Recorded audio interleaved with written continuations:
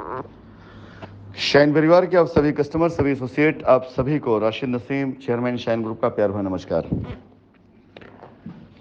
साथियों, जैसा कि अभी आप सभी अच्छे से जान रहे हैं कि आप सभी लोगों में से ज़्यादातर लोगों को मुकदमे के नाम पर, एफआईआर के नाम पर सिर्फ इसलिए इस्तेमाल किया गया कि उसका एक आर्थिक बेनिफिट लिया जा सके। बहुत से ऐसे लोग जिन्होंने आपको प्रेरित किया कि आप मुकदमा करें, एफआईआर करें, रिट में जाएं, तभी पैसा मिलेगा। एक्चुअली वो सिर्फ उनके आर्थिक फायदे के लिए था, ना कि आपके बेनिफिट्स के लिए। 4 साल का अरसा कैसे बीत गया आपको पता भी नहीं चल पाया, लेकिन ये दर्द उनसे पूछिए जिनके घर में जवान बच्चियां बैठी हैं, जिनके घर में बच्चों की पढ़ाई खराब हो गई, जिनके घर में बीमारी से लोग मर गए। आए दिन मेरे पास ऐसे मैसेजेस आते रहते हैं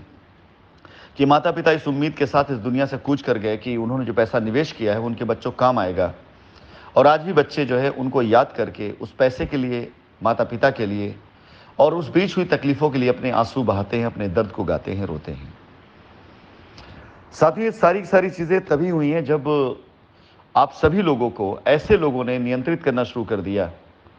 जिनके पास उनकी एजुकेशन, उनकी शिक्षा के नाम पे सिर्फ और सिर्फ इतना ही सिखाया गया था कि निरीह कस्टमर हैं, इन्हें जितना लूटना लूट लो। अब जरा अपनी ताकत को समझिए कि अगर आपसे 500-500 रुपए, 1000-1000 रुपए, 2000 रुपए, 5000 रुपए भी कोई लेता है तो करोड़ों रुपए में बन जाती है रकम। वो आपको लगता है कि आपने 500 रुपए दिया, 1000 रुपया दिया, 10,000 रुपए दिया, लेकिन जमा करने वाले पास 1 करोड़ रुपए जमा हो जाता है। और जिसके पास आपके इमोशन से खेल करके, आपको परेशान देख करके, आपकी विपदा में अवसर तलाशने वाले लोग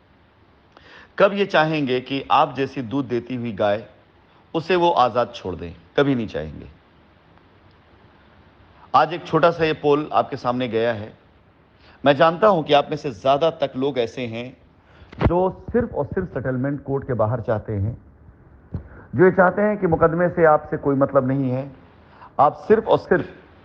अपने पैसे की अदायगी चाहते हैं। इस पोल के बाद एक पोल और दिया जाएगा उन लोगों के लिए कि कितने लोग लीगल में गए हैं, और जो लोग लीगल में गए हैं उनकी डिटेल है मेरे पास में, और जो मुझसे बात करना चाहते हैं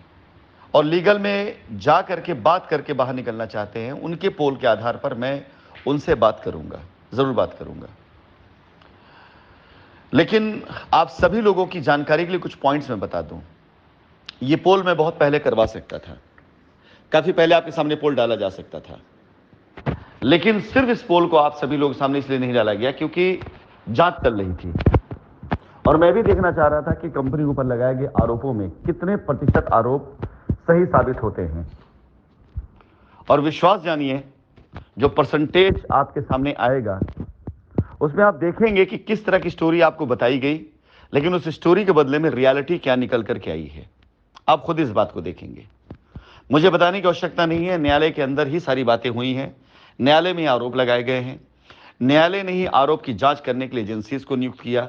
न्यायालय के आदेश पर जांच एजेंसियों को बार बार फटकार पड़ी है, न्यायालय के आदेश पर ही सारी रिपोर्ट इकट्ठा कराई गई हैं। अब न्यायालय के समक्ष सारी रिपोर्ट आएंगी तो जाहिर सी बात है, जब हमने न्यायपालिका पर भरोसा किया, इंतजार किया,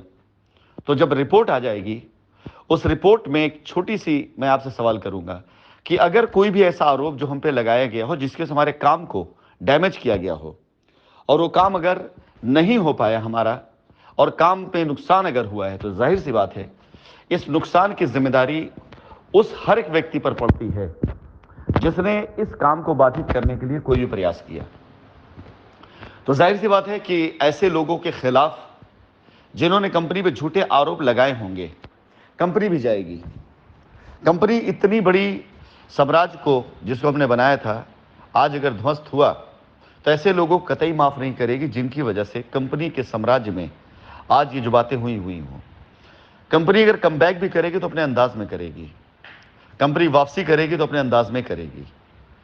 हर उस व्यक्ति को जिसने कंपनी का साथ दिया है, कंपनी भरोसा किया है,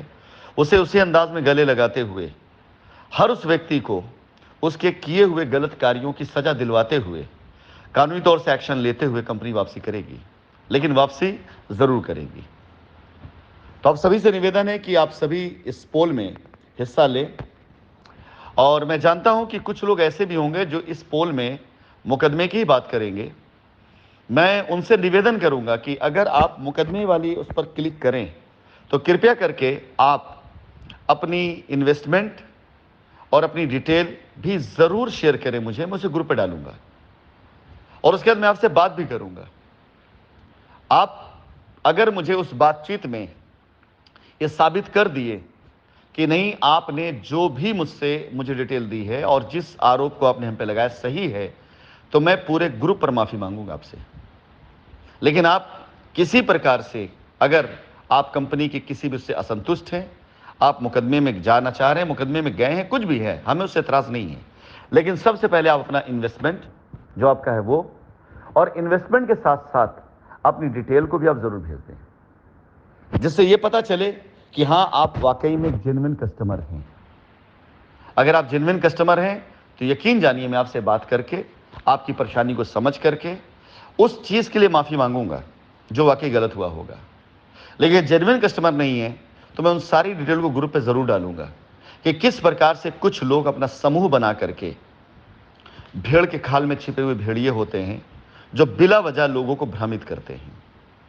यह मेरा खुला चैलेंज है हर उस व्यक्ति के लिए जो आज की तारीख में इस ग्रुप पे जुड़ा हुआ है और जो मुकदमे के जरिए ही रास्ता चाह रहा है। मैं उससे एतराज नहीं करता हूं, कतई मैं मना नहीं करता हूं, लेकिन आप अपनी डिटेल जरूर शेयर करिए। आप अपना नाम और जो आपका इन्वेस्टमेंट है उसकी रसीद, हर एक चीज जरूर शेयर करें। अगर आप पास सच में रियल डॉक्यूमेंट्स हुए और आप साथ कहीं कोई गलत हुआ है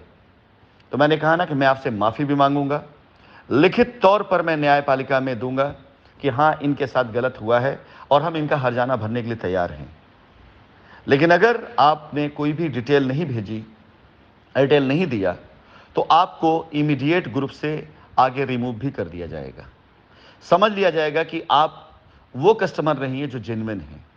और ये सारे के सारे डेटा बना करके कोर्ट में भी दिया जाएगा कि किस प्रकार से इस तरह के लोगों ने कस्टमर्स को भ्रमित किया, परेशान किया और डिस्टर्ब किया। फिलहाल मैं अगली वॉइस नोट में उन लोगों के लिए भी डालूंगा मैसेज जो एफआईआरों में गए हैं, मुकदमों में गए हैं।